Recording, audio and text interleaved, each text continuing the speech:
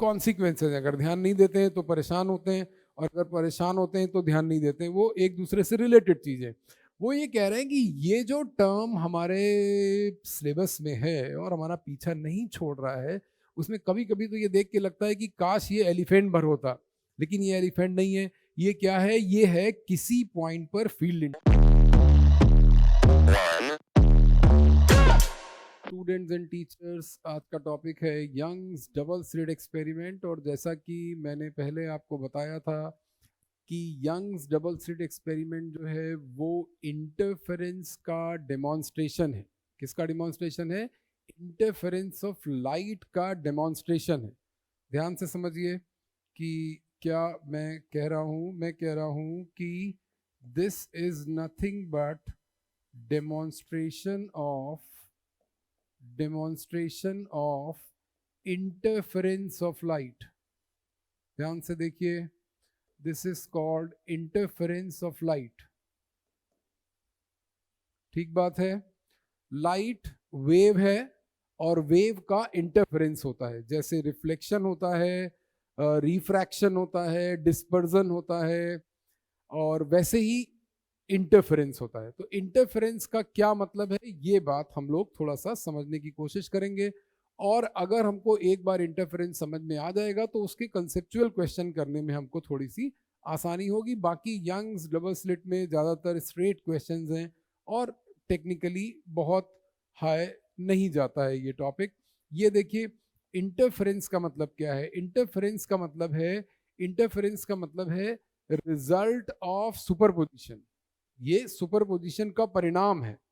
ये इंटरफेरेंस को हम लोग साधारण शब्दों में ऐसे समझ सकते हैं कि ये result of superposition of two waves है। क्या है? Result of superposition of two waves. अब एक नया बवाल यहां पर आ गया। वो क्या? कि ये सुपरपोजिशन क्या भला है? पहले तो हम लोगों ने ये समझा कि यंग डबल स्लिट एक्सपेरिमेंट क्या है, तो उन्होंने कहा कि वो डेमोन्स्ट्रेशन है इंटरफेरेंस का। फिर इंटरफेरेंस क्या है? रिजल्ट ऑफ सुपरपोजिशन है। अब सुपरपोजिशन क्या है? सुपरपोजिशन को समझने के लिए एक बात आपको ये ध्यान रखनी है कि जो बेसिक इंटरफेरेंस है वो मैकेनिकल वेव से समझने में आपको आसानी रहेगी। मैं दोनों तरीके से आपको बता रहा हूं। ये एक पार्टिकल के ऑसिलेशन का इक्वेशन है। ये क्या है? एक पार्टिकल के ऑसिलेशन का इक्वेशन। एक पार्टिकल मीन पोजीशन के अबाउट वाई एक्सिस पर ऊपर नीचे ऑसिलेट कर रहा है। पहले प्लस एज आता है, फिर जीरो आता है, फिर माइनस एज आता है, फिर जीरो आ जाता है। Very good. तो अब ये पार्टिकल वेव कैसे बनता है? ये पार्टिकल वेव ऐसे बनता है, या ये पार्टिकल वेव कैसे बनाता है? क्योंकि आपने मीडियम पार्टिकल को एनर्जी दी। अभी मैं मैकेनिकल वेव बता रहा हूं, माइंड इट। हम लोग स्विच करेंगे इलेक्ट्रोमैग्नेटिक वेव के सुपरपोजिशन पर, और वो एक मिनट में स्विच कर देंगे अगर आप बेसिक टर्म समझ जाए। बेसिक टर्म का मतलब है कि a wave is known for, मैं यहां पर ये लिख दे रहा हूं, a wave is known by three things. What are those three things? Number one, amplitude. Number two, frequency. And number three is phase. किसी भी वेव को तीन चीजों से जाना जाता है। एक तो एम्पलीट्यूड, दूसरा फ्रीक्वेंसी, और तीसरा फेज। हम लोग अभी एम्पलीट्यूड पहले समझेंगे, फिर फ्रीक्वेंसी समझेंगे। मैंने आपको बताया कि कोई एक पार्टिकल ऑसिलेट कर रहा है। ऑसिलेशन आप सेपरेटली समझते हैं। बस टेक्निकली जो यहाँ पर बात आने वाली है, जो बात आपको परेशान करती है या जिस बात पर आप ध्यान नहीं देते, कॉन्सिक्वेंसेज, अगर ध्यान नहीं देते हैं तो परेशान होते हैं, और अगर परेशान होते हैं तो ध्यान नहीं देते हैं। वो एक दूसरे से रिलेटेड चीज़ें। वो ये कह रहे हैं कि ये जो टर्म हमारे सिलेबस में है और हमारा पीछा नहीं छोड़ रहा है, उसमें कभी कभी तो ये देख के लगता है कि काश ये एलिफेंट भर होता, लेकिन ये एलिफेंट नहीं है। ये क्या है? ये है किसी पॉइंट पर फील्ड इंटेंसिटी। आपने बहुतेरे फॉर्मूले पढ़े इसके। आपने ये पढ़ा कि फील्ड इंटेंसिटी अगर हम लोग किसी पॉइंट चार्ज की निकालेंगे तो 1/4πε0 Q/r² आएगा। अगर हम किसी लाइन चार्ज की निकालेंगे तो λ/2πε0r आएगा। अगर हम किसी शीट चार्ज की निकालेंगे तो σ/2ε0 आएगा। फिर हम ग्रुप ऑफ चार्जेस की वजह से निकालेंगे तो उसका वेक्टर सम होगा। मैं सिर्फ आपको ये बताने की कोशिश कर रहा हूं कि ये टर्म ई हमारे सिलेबस में कहीं पर भी आएगा, इसका मतलब वही होगा। पूरा सेंटेंस आपको याद रखना है। क्या पूरा सेंटेंस है? Field intensity at a point, field intensity at a point. Source बदलेगा, single point charge, multiple point charge, single line charge, two line charge, one sheet charge, two sheet charge, three sheet charge, but E का meaning नहीं बदलेगा। ई का meaning हमेशा यही होगा, field intensity at a point. वो field intensity कम हो सकती है, ज्यादा हो सकती है, बढ़ेगी, घटेगी, वो सब अलग बात। पर यहां पर क्या आ रहा है, यहां पर ये कह रहे हैं कि हम एक ऐसी इलेक्ट्रिक फील्ड की कल्पना कर रहे हैं। बहुत ध्यान से देखिए, ई अभी भी वही है, E naught sine omega T. जब हम y is equal to A sine omega T की बात करते हैं, तब हम ये कहते हैं कि पार्टिकल अपनी मीन पोजीशन के अबाउट ऑसिलेट कर रहा है। ऑसिलेट का मतलब क्या? कि वो फिजिकली ऊपर जाता है, फिर नीचे आता है, फिर नीचे जाता है, फिर ऊपर आता है। ये ऑसिलेशन क्यों होता है? ये ऑसिलेशन इसलिए होता है कि जब हम पार्टिकल को एनर्जी देते हैं, जैसे मैं बोल रहा हूं तो मैं मीडियम पार्टिकल को एनर्जी दे रहा हूं, जैसे ही मैंने एनर्जी दी उसका इक्विलिब्रियम डिस्टर्ब हुआ, वो बिकॉज ऑफ दैट एनर्जी अपनी मीन पोजीशन से कहीं जाएगा। जरूरी नहीं कि इस डायरेक्शन में जाए, इस डायरेक्शन में भी जा सकता है, किसी डायरेक्शन में जाएगा, अपना इक्विलिब्रियम डिस्टर्ब करेगा। जो दूसरे पार्टिकल्स के साथ उसका एसोसिएशन था, वो सारे पार्टिकल्स उसको मिलकर रोकेंगे, रोक नहीं पाएंगे क्योंकि एनर्जी मैंने दी है उसको। इसलिए थोड़ी दूर वो चलेगा और फिर अल्टीमेटली जब उसके सराउंडिंग पार्टिकल्स उसको रोक लेंगे, तब वो वापस आना शुरू करेगा। जब वो वापस आएगा तो वो फिर से अपनी एनर्जी रिस्टोर करेगा, और जैसे ही वो अपनी इक्विलिब्रियम पोजीशन पर आएगा तो उसके पास फिर से वो काइनेटिक एनर्जी रिस्टोर हो जाएगी और वो ऑपोजिट डायरेक्शन में जाना शुरू करेगा। तो ये ऑसिलेशन का कारण है। अब होता क्या है कि एक पार्टिकल जिसको मैंने एनर्जी दी, उसके सराउंडिंग पार्टिकल उसको रोकते रोकते खुद भी ऑसिलेट करने लगे, और जब वो खुद भी ऑसिलेट करने लगे तो यही क्रम चलता रहता है। एक पार्टिकल से दूसरे पार्टिकल को एनर्जी ट्रांसफर होती है। इस प्रोपोगेशन ऑफ एनर्जी को, इस घटना को, इस फिनोमिना को, इस प्रक्रिया को, इस प्रोसेस को हम लोग वेव कहते हैं। जो लोग ऐसे ऐसे करके वेव दिखाते हैं, थोड़ा सा मुझे ऑब्जेक्शन है, क्योंकि ये एक्चुअली साइन का कर्व है। साइन का कर्व वेव दिखाने का एक तरीका है, लेकिन कृपा करके ये ना कहें कि ये वेव है। ऐसे थोड़ा सा जब बच्चे टेक्निकली नहीं समझते बात को, तो फिर वो मूर्ति को ही भगवान समझ लेते हैं। बार बार मैं ये बात आपको समझाता हूँ, भगवान अलग चीज है, भगवान की मूर्ति अलग चीज है। y is equal to A sine omega T और e is equal to E sine omega T. इसमें y क्या है? Displacement of a particle mean position से किसी एक पॉइंट से, जो उसका जहां पर उसकी काइनेटिक एनर्जी मैक्सिमम होती है उसको हम लोग मीन पोजीशन कहते हैं। जब ये अगले पार्टिकल, तो अब अगर हम इसमें x भी एसोसिएट कर दें, x क्या चीज होती है? x ये होता है कि पार्टिकल जब एनर्जी ट्रांसफर कर रहा है, तो जैसे आप ऐसा मान लें कि यहां पर एक सोर्स पार्टिकल था, ये इसको मैंने एनर्जी दी, तो इसके चारों तरफ जितने भी पार्टिकल्स हैं, ये 4 5 6 7 8 जितने भी पार्टिकल हैं, ये सारे पार्टिकल्स एक साथ अपना ऑसिलेशन स्टार्ट करेंगे। एक पार्टिकल यहाँ, एक पार्टिकल यहाँ, एक पार्टिकल यहाँ, एक पार्टिकल यहाँ, एक पार्टिकल यहाँ। इसमें से हम कोई एक एक्सिस चूज कर लेंगे। ध्यान से समझिए, वेव फ्रंट यहीं से बना था कि ये सारे पार्टिकल सेम फेज में होंगे, और इसको हम लोगों ने वेव फ्रंट कह दिया।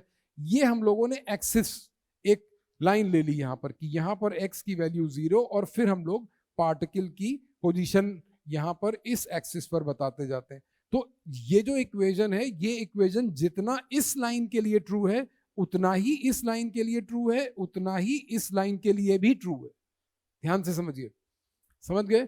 y is equal to A sine omega T minus K X. इसमें ओमेगा क्या चीज है? इसमें ओमेगा है 2 पाई बाय टी, जिसमें टी क्या चीज है? वो टाइम पीरियड जितनी देर में पार्टिकल एक ऑसिलेशन करेगा। ध्यान से समझिए। और ये के क्या चीज है? के की वैल्यू है 2 पाई बाय लेमडा। ये लेमडा क्या चीज है? सुना है कभी आपने? लेमडा क्या चीज है? वेवलेंथ है। लेमडा क्या है? वेवलेंथ। वेवलेंथ जैसा कि नाम है, वेव की लेंथ।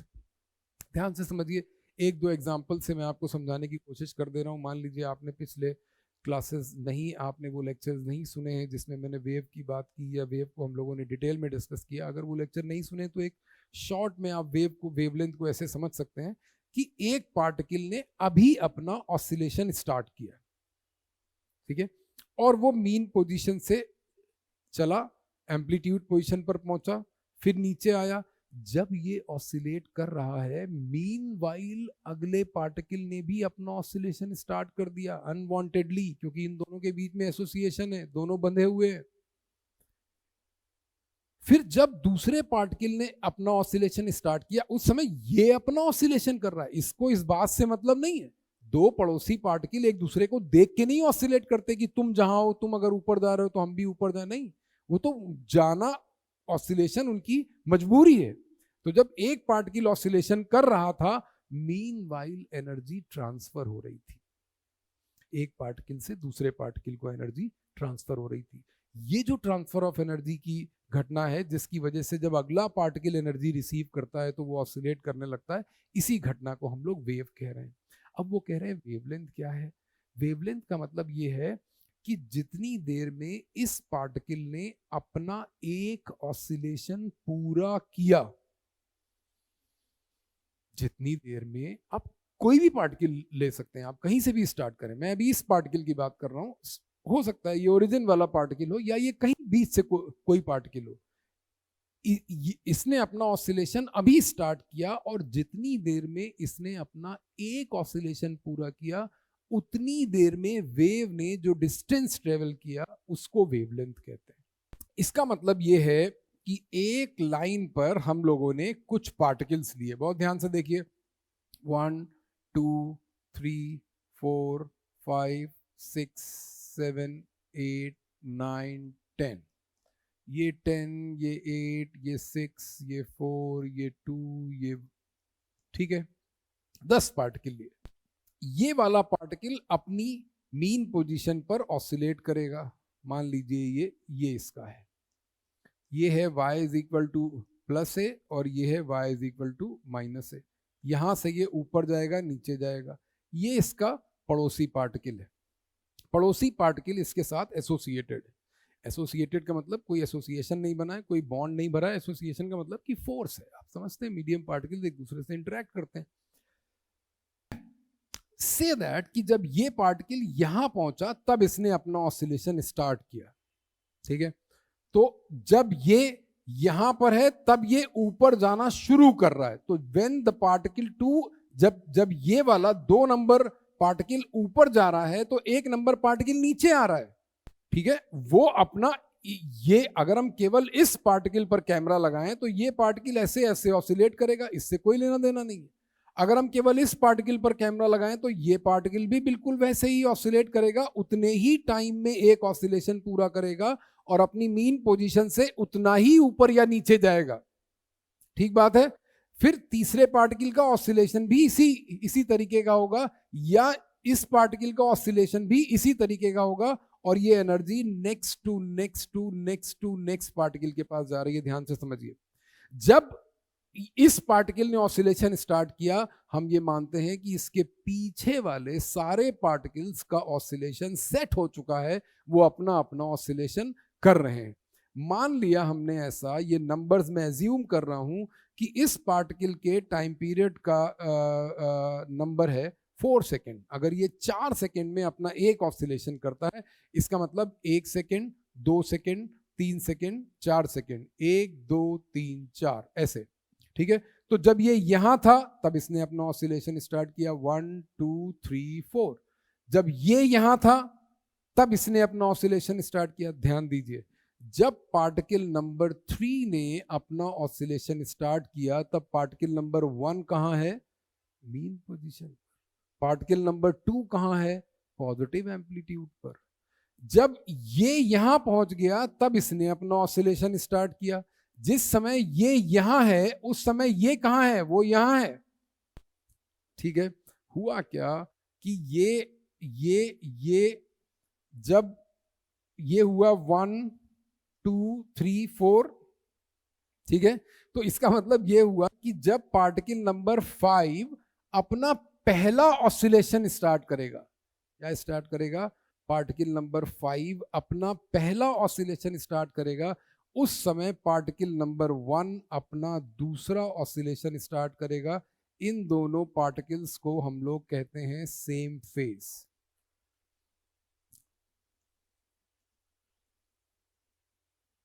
इन दोनों पार्टिकल्स को हम लोग कहते हैं they are oscillating in same phase.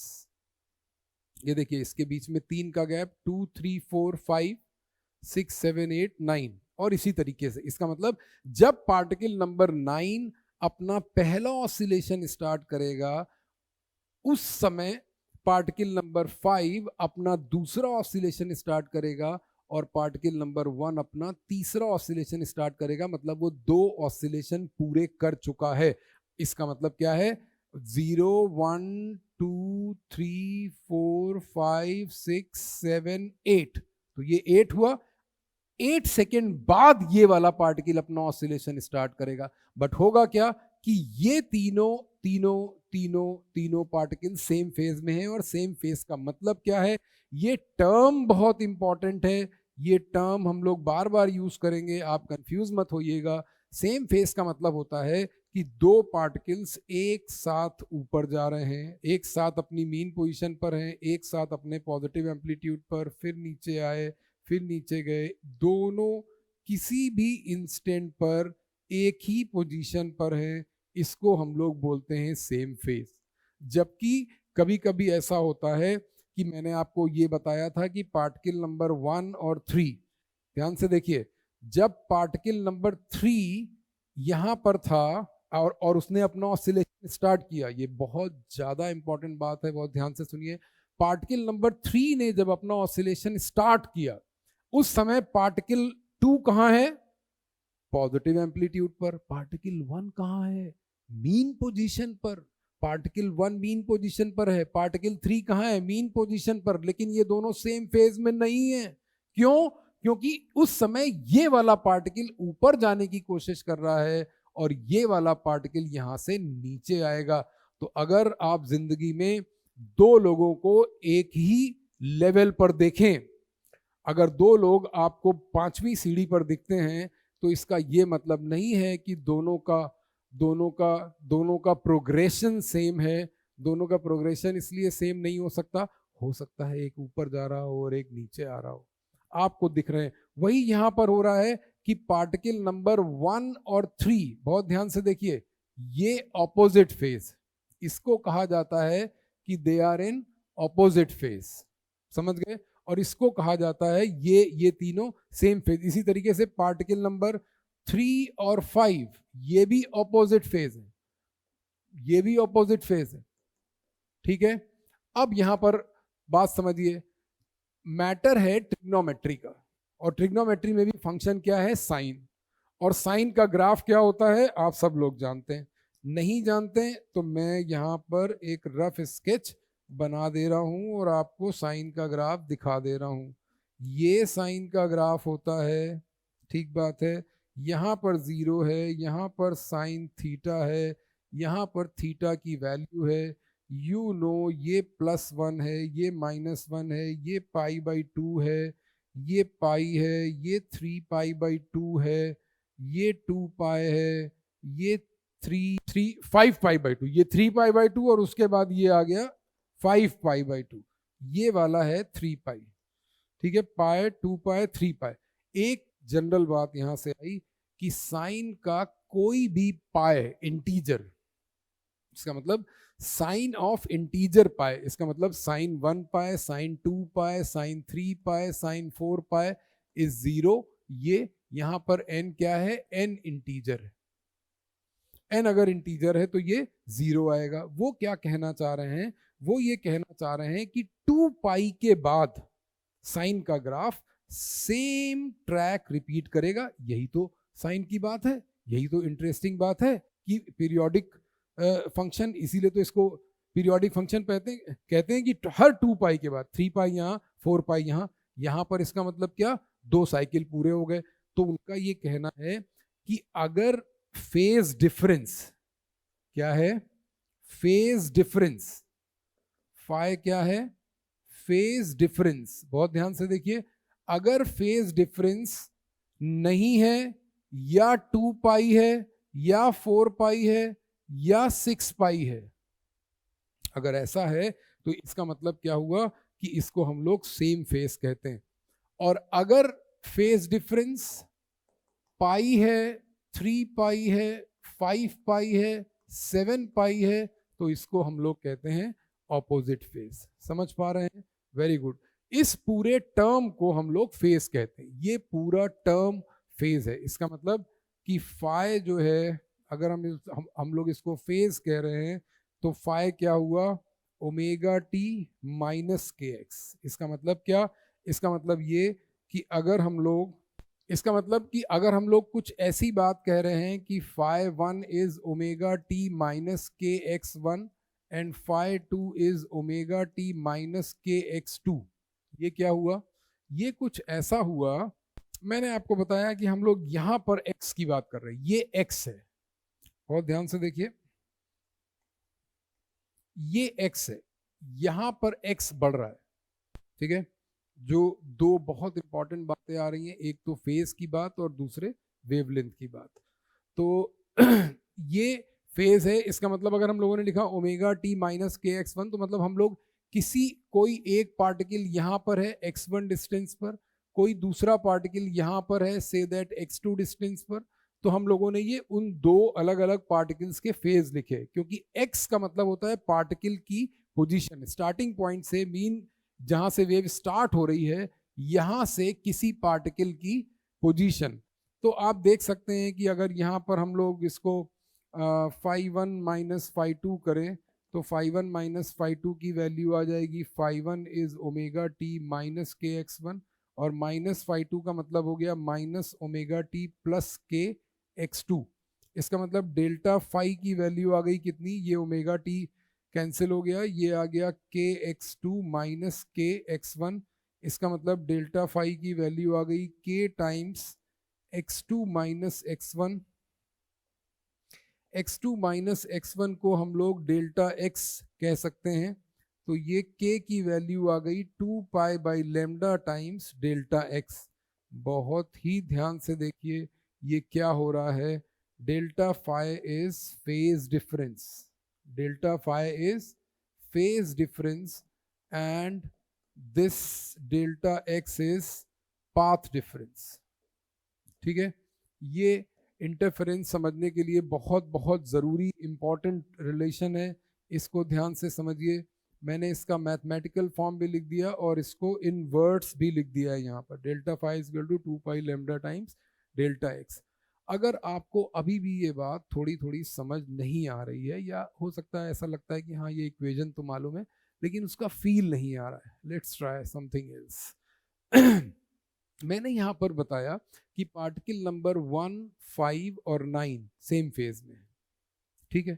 फिर मैंने ये बताया कि जिस समय पार्टिकल नंबर 9, आप बोर्ड पर देखिए, मैं भी बोर्ड पर देखता हूं, जिस समय पार्टिकल नंबर 9 अपना पहला ऑसिलेशन करेगा, जिस समय पार्टिकल नंबर 9 अपना पहला ऑसिलेशन करेगा, उस समय पार्टिकल नंबर 5 अपना दूसरा ऑसिलेशन करेगा, और उसी समय पार्टिकल नंबर 1 अपना, बोलिए, तीसरा ऑसिलेशन स्टार्ट करेगा। ये तीनों काम एक साथ स्टार्ट होंगे। 9th, 5th और 1st पार्टिकल तीनों सेम फेज में है। क्या हुआ, उन्होंने कहा कि हम ये बात बोलते हैं जिसको हम लोग कहते हैं कि वेवलेंथ की डेफिनीशन, क्या बोलते हैं, वेवलेंथ की डेफिनीशन। ध्यान से देखिए, वेवलेंथ की डेफिनीशन क्या है। लोगों ने ऐसा लिया कि कोई एक पार्टिकल, मान लीजिए यहां से स्टार्ट कर रहा था और ये 1 2 3 4 की बात आई। ध्यान से देखिए, हो सकता है कुछ आपको समझ आ जाए, मैं कोशिश कर रहा हूं कि इस बार आपको थोड़ा बेहतर समझ आए। ये particle number 1 2 3 4 5 6 7 8 9 10 and so on, ठीक है। ध्यान से देखिए, x0 यहां है, ये x0 है, x बढ़ेगा इस डायरेक्शन में, ठीक है। क्या क्या चीजें यहाँ पर फिक्स्ड हैं? फिक्स्ड चीजें क्या क्या हैं? फिक्स्ड चीजें हैं, फिक्स्ड चीजें हैं टाइम पीरियड। क्या है? Time period. टाइम पीरियड का मतलब क्या होता है? टाइम पीरियड का मतलब होता है एक पार्टिकल अपना ऑसिलेशन कितनी देर में करेगा। एक पार्टिकल अपना ऑसिलेशन कितनी देर में करेगा।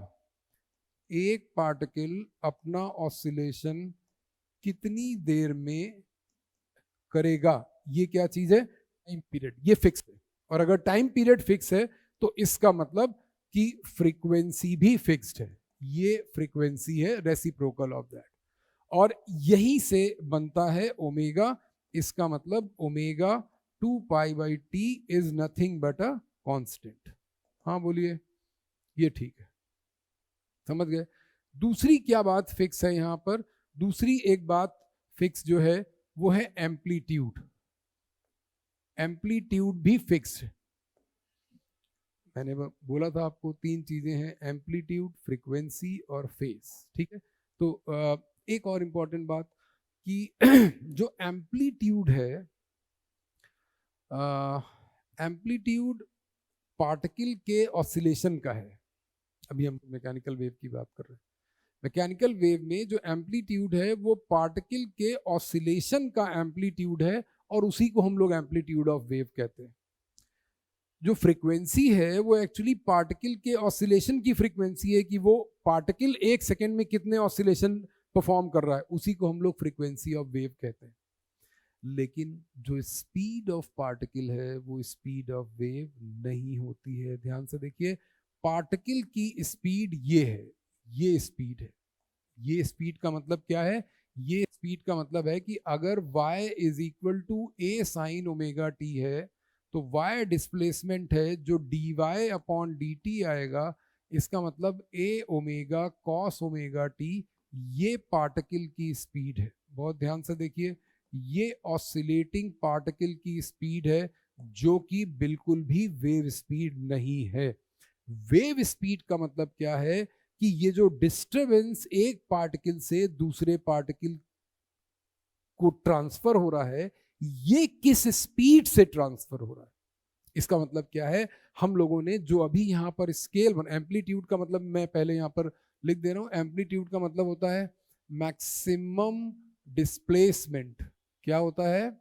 Maximum displacement on either side of mean position of particle. बिल्कुल भी घबराने की बात नहीं है। मीन पोजीशन ऑफ पार्टिकल हमको यहाँ पर दिख रहा है।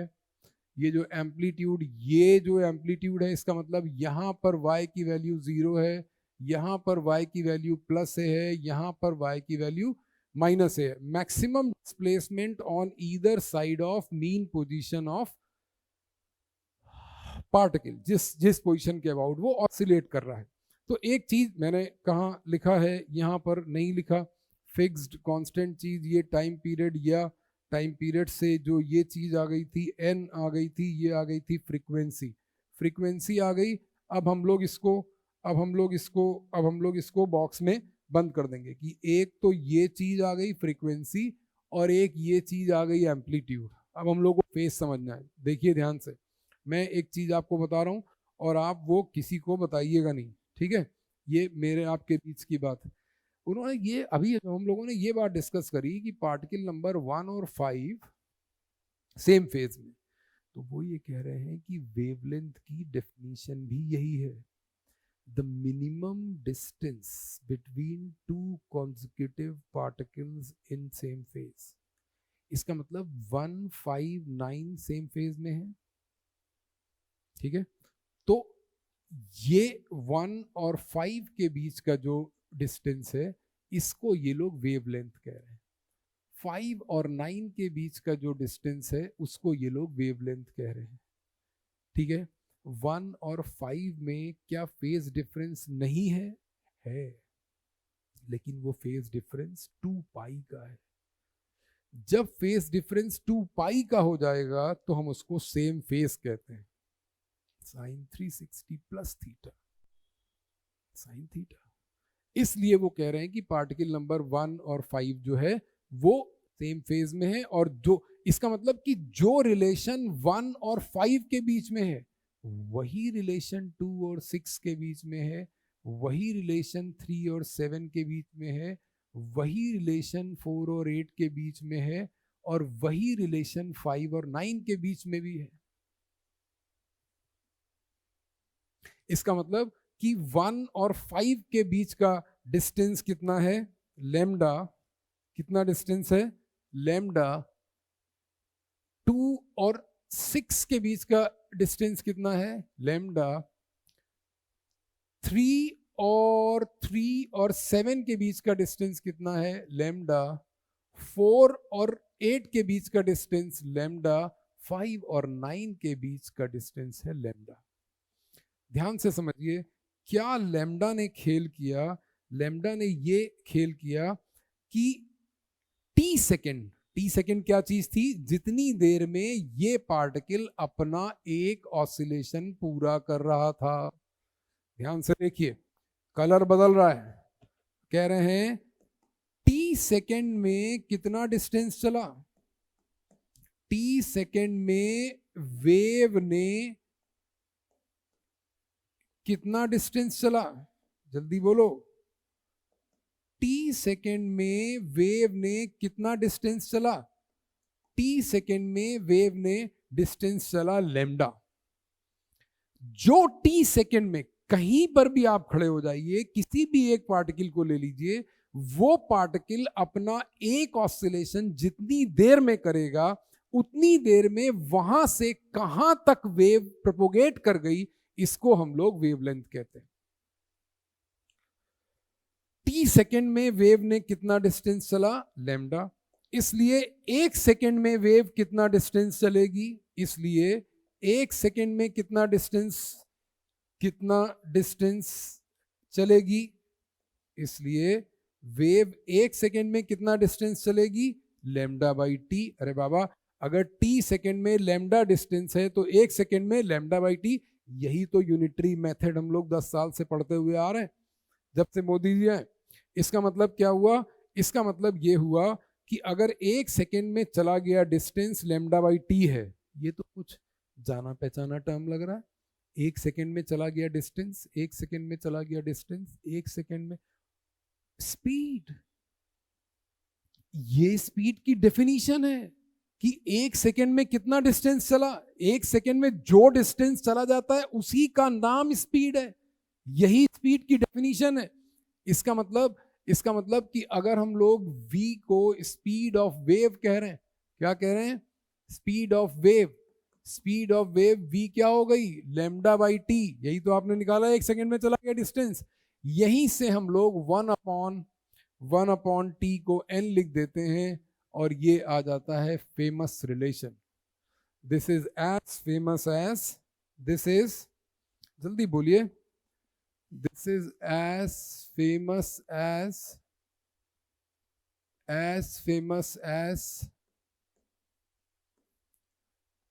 आइए हम लोगों ने एक बात और समझ ली कि लैम्डा क्या चीज है। अब देखिए ये बात समझिए कि किसी एक वेव के लिए, मैं इस सबको फिर से किनारे लगा दे रहा हूं।